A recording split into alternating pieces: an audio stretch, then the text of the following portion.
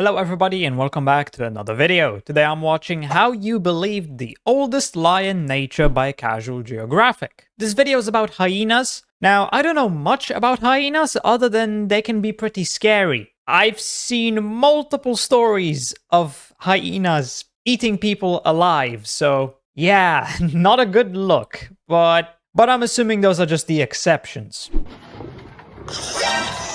Oh, this is hell not no. a dog, and that is not a laugh. If you're confused, you've fallen for the great hyena trap. Cursed by its own anatomy and victim of the typecast, hyenas have always been the Joker to the Batman of big cats. But how did hyenas happen?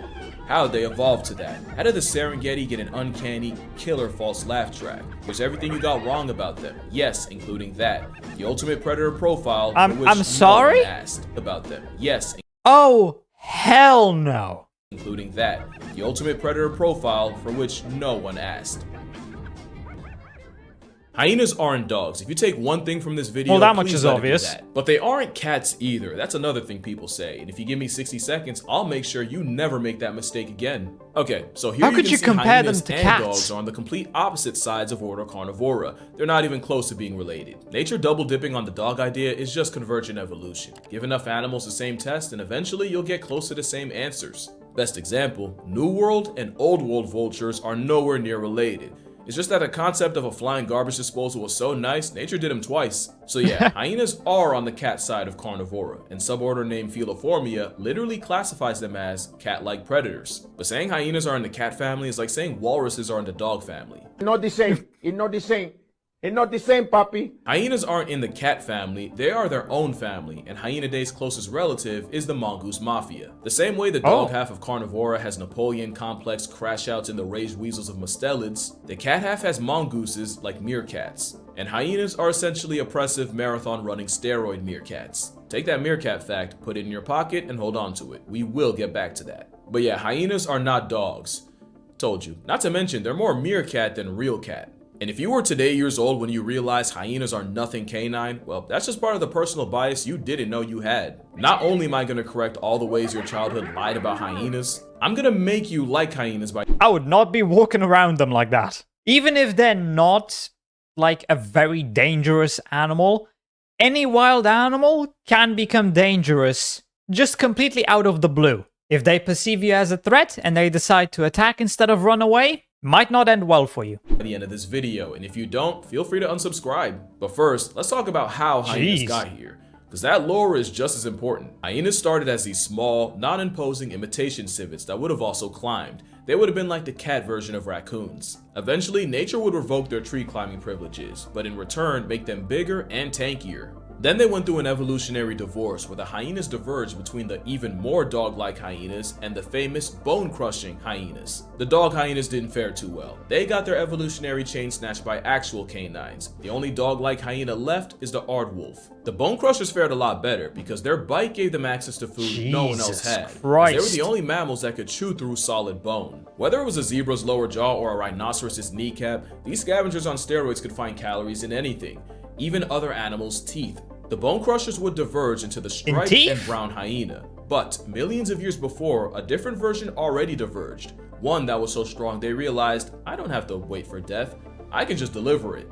That was the spotted hyena, a scavenger bird that got strong enough to murk its own prey. Basically, imagine a Tasmanian devil, but again on steroids. Same bone-crushing bite, just now inflicting it on the living. The evolutionary endgame is hyenas have arguably the strongest pound-for-pound bite force of any carnivore. Way too close. They even evolved a sagittal crest, which strengthens their bite, while also stopping the hyena from biting hard enough to break their skulls. It's the same head attachment gorillas have, and if you look at the top of his head, you'll see why gorillas bite hard enough to put daylight through you. Hyena jaws are so unfair that hyena poop often ends up being ashy, even chalky white, due to all the straight up bone they eat. An advantage for sure, but also probably how you fell for the hyena trap, so yeah, time to explain that title. But first, we're gonna play a game called Good Guy, Bad Guy. I promise there's no catch, I'm just proving a point. If you were writing a story and the good guy is water, what would the bad guy be? Fire. Okay. Next, if your good guy is a small, smart mouse, then the bad guy would be— a cat? Yeah, a big, dumb cat. There's no such thing as good or bad guy in nature. Brave, apex predator cat, then you expect the bad guy to be A lowly, cowardly, scavenging dog, or as Simba put it, slobbering, mangy, stupid oh my stars, hard P in a Disney? Every story needs a hero, and every hero needs a foil. And with one of the biggest animated movies ever headlining a Lion King, you'd expect the bad guys to be everything he isn't. And so I've actually never watched The Lion King. The only thing I know is that the hyenas were supposedly working for the villain. I think the villain is Scar, and he was a lion, and he had like hyenas working for him. But yeah, I've never watched that movie. So I think maybe I didn't fall for the trap that he's gonna talk about, because I think the trap might be related to that movie, which I've never watched. Oh, hyenas got typecast as the opposite. They're not even dogs, but what about all this other stuff? Well, that's the trap. Because every movie, show, and documentary had lions as the good guy, hyenas were the narrative negative by default. Basically, they only existed as the opposite of lions. That's probably why, at some point in your life, possibly 3 minutes ago, you thought they were dogs. Because it only makes sense that the biggest enemy of a cat would be the furthest thing from one. That's not the only way hyenas got done dirty either. The most infamous sound associated with hyenas is a misunderstanding. The hyena laugh is one of the most bowel evacuating sounds on the savannah. Yeah, this I've heard and it's before, a obviously. nervous tick. Hyenas usually laugh when anxious or stressed, especially in social situations. Like, you'll usually Just hear like me. it when a subordinate's being pressed by a higher rank, and the laugh even communicates the age and social status to further avoid a fight. But you especially hear it when hyenas are at a kill, especially around lions. And it was this image, these cackling canine marauders stealing from these noble, self-respecting lions, when really it's usually reversed. It's actually the burly, kill-jacking lion pirating the smaller hyena, who can only stress giggle about it. A study in the 1970s between the two apexes of Just the laugh Serengeti it off found and that run when away. hyenas and lions appeared at the same carcass, 53% of the time, it was the hyenas that had done the work of hunting. In a series of 13 studies across 10 locations in Africa, hyenas lost about more than half of their kills to lions, compared to the about a third lions lost to hyenas. But before you pity the hyena, the same study also found that if you were to add up the sheer biomass they steal and get stolen from each other, hyenas don't take a big loss from lions. They actually end up getting similar amounts from each other. And that's cause with a garbage disposal for a mouth and trash compactor for a stomach, spotted hyenas could close the gap by scavenging off the bits the big cats left behind. With the most devastating bite of its carnivore in competition, only hyenas can turn a buffalo to a bloodstain and eat everything in between. The problem is, people saw hyenas and lions fighting for food that the hyenas were the ones to bring down, and then hyenas eating straight bone, and came to the conclusion that hyenas are just career thieving scavengers. Add the creepy cope chuckle and you had the perfect antagonistic plot device to a lion. That's no hate to lions, by the way. Honor is the name of a dead cat. If you're a 500-pound weapon and someone a quarter your size eats a steak in front of you, you act accordingly. Hyenas and lions have the most iconic rivalry in the animal kingdom. Let me know. Like the video if you want a video on that. That lore has Animals stealing food from each other? That's just normal. That's nature. layers. Part of it is a lion named He Who Greets Fire, a lion who murked so many hyenas, he was basically Lion King Vaughn. Ultimately, this Jesus. rivalry is the best kind.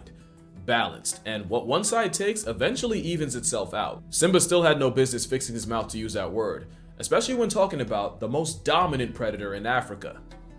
Lions are the top predator in that if all the ops of the savannah spawned at the same carcass, a prime male lion would eat first. The spotted hyena is number one in the sense that in parts of the savannah, hyenas are responsible for half of all animals killed. By population, they're the most successful predator in Africa, and up to 70% of a hyena's diet is something they took off the census themselves. In some places, that number can rise to as high as 95%. Holy shit! Completely going against the scavenger label. They also have a hunting success rate that would embarrass your favorite predator, and in terms of pack hunting, they dwarf the success of wolves. The only pack more efficient than hyenas are African wild dogs, and hyenas basically do what they do on steroids. The difference between the two apexes of Africa is lions run, hyenas chase. That's gotta be really shallow Spotted water. Hyenas can tail prey at nearly 40 miles per hour and keep that pace for the length of a 5K, but there are records of hyenas chasing prey into exhaustion for nearly 15 miles. Basically, in an area code with lions, leopards, and wild dogs, you're 15 miles, that's what, 24 kilometers? That's a lot. more likely to get hunted down by a glorified mongoose, which is why the hyena's laugh isn't the scariest sound they make. If you hear a hyena whoop at night, you might not see the sun. The whoop can have a lot of uses, and the main one is to call for backup, and these whoops can be transmitted miles away. If you're a buffalo cornered by 4 hyenas and hear whooping, it can genuinely go from 4 to 40. Hyenas are marathon running gang mongooses, and I do mean gang. A normal wolf pack is just a mated pair with several generations of their kids. In comparison, hyena clans are matrilineal cliques built off brute force, alliances, and nepotism. To put it in perspective, a study was done on the 1,000 mammals most likely to kill their own kind, and the runaway winner were meerkats. And remember what I said, take it out your pocket, hyenas are giant pack-hunting meerkats, and their society can be just as oppressive. Hyena clans are famously female-dominated, and as a male, it only gets worse when you get older. Males born to an alpha female can enjoy the fruits of nepotism, but as a male, once you're forced to join a new clan, you start at the very bottom. And by bottom, I mean a female cub born 3 days ago instantly ranks over you and gets a place at the carcass before you do. What? As a post-dispersal male, the only chance you have of moving up the ranks is if a male above you either dies or disappears. The hyena's female first hierarchy is the second most famous thing about them. It's why Shenzi was the leader. But the most famous thing? Yeah, we've gotten to that part. I think I've heard of We already know this. what's coming, but this is strictly for educational purposes. We're gonna be mature about this. That being said, viewer discretion is advised, and if you're watching with kids, How bad is this gonna get? Female hyenas have a pseudopenis, one that they have to give birth through, and yes, it is as graphically awful as you think it is. The process involves the pseudo violently splitting open, and 20% of first-time mothers die. Worse, 60% of firstborns suffocate to death before technically starting life. How did hyenas get here? We used to think female hyenas had more testosterone in their blood to explain the aggressiveness, but it turns out females tested at lower levels than males. That's because it's actually what happens in the womb. As cubs inside the womb, unborn hyenas get flushed with androgen sex hormones, specifically androstenedione. This exposure heavily masculinizes the female cub and basically gives them roid rage, with proof that high-ranking mothers go on to have equally aggressive children. Those doses of hormones are why hyenas will attempt to kill their siblings fresh out the womb. This isn't play fighting, they're genuinely trying to take each other's heads off. Especially the girls, because offing your sister just means one less rung to climb on the social ladder. Hyenas are also born with their eyes open and a full functional set of teeth, and the literal on-site sibling so they're ready to fight. A quarter of all hyena cubs born never make it out the den. That testosterone flush also masculinizes their genitals, as the female cub's clitoris morphs into an imitation male organ. One they have to give birth and mate through. You might ask why evolution would allow this. Yeah, like why? Gotta remember, evolution isn't survival of the fittest. It's survival of just being good enough to not die out. There are plenty of examples of evolution heavily handicapping animals. Even the lion's most famous features can make him less fertile. But as long as it doesn't doom the species, evolution will remain Ray Charles to it. Hyenas don't have a pseudo because it's an advantage, but because it wasn't enough of a disadvantage to completely discontinue them. But that doesn't mean they don't find a way to use them. So basically, it's not exactly good, but it's not bad enough to kill off the species, so we'll keep it. Jesus. The very concept of hyenas mating means it is impossible for a male to mount a female without the female's consent, giving females a 100% safe for a male to Did you see how he just fucking fell over? The very concept of hyenas mating falls means over it is backwards. impossible for a male to mount a female without the female's consent, giving females a 100% say in who she gets with. Hyenas also use the pseudo situation to resolve conflict. And in hyena society, a private standing at attention is actually a sign of submissiveness, so a lower rank can wave the white flag by flashing her pink one. There's also the theory that in a female-dominated society, a false member helps female cubs avoid violence and bullying from older ranks by masking the female cub as male. I still don't think that's worth risking going back into Earth just to give birth, but reminder, if it doesn't kill you, evolution could care less about it, and the Babarusa can continue to get lobotomized by that reality. That reality is the pseudo is actually a symptom of androstenedione, and the reason for that is evolution favored more aggressive hyenas that could defend their cubs and their place at the dinner table. That being said, hyena society doesn't run on violence. There's actually an interesting level of social engineering. Hyenas are way more socially intelligent than they get credit for. For example, hyenas have an alarm call to warn the clan of lions or other hyenas. But if a low-ranking mother sees her cub being pushed around, she'll make a false call just to get the heat off her kid. Hyenas also seem to understand social engineering. The best way I've seen it described is hyena A knows how hyena B feels about hyena C, and will use that to her advantage. You don't really see that kind of social manipulation with wolves, making hyenas a lot more like mongoose chimp hybrids. And speaking of chimps, hyenas actually outperform them in cooperative problem-solving puzzles. That doesn't mean they're smarter, but it's possible hyenas are more hardwired to use teamwork. It makes sense when you look at a hyena clan. You can have up to 80 members, each with a clearly defined spot in the 80? hierarchy. Cubs inherit their mother's rank, which is actually how you can end up with a male leading a clan through the power of nepotism. Unless they leave, because again, non-native males start as the dirt under the social ladder. So you think this system's pretty set in stone, and for the most part it is, but as a hyena, you can actually finesse your way pretty high up if you're smart enough, because it's actually not how strong or tough you are. As a hyena, it's all about how intelligent who your you are. friends are. And nobody proved that how strong or tough you are. As a hyena, it's all about who your friends are. And nobody proved that point better than Waffles. Oh, I love this story. Okay, so Waffles was a female hyena at the very bottom of her clan. As a bottomer, you get the scraps the others leave behind. You're constantly getting pressed by your superiors, but worst of all, as a low rank, any cubs Waffles would have would be at immediate risk of getting murked by a higher rank. Clearly, this is no way to live, but the question you should be asking yourself is WWD. What would Waffles do? You can't really unlock the answer without getting into just what a hyena clan is. So let's get into it. Obviously, you have the alpha female, and all her cubs who inherit her rank. If her cubs have cubs, they'll rank right under them.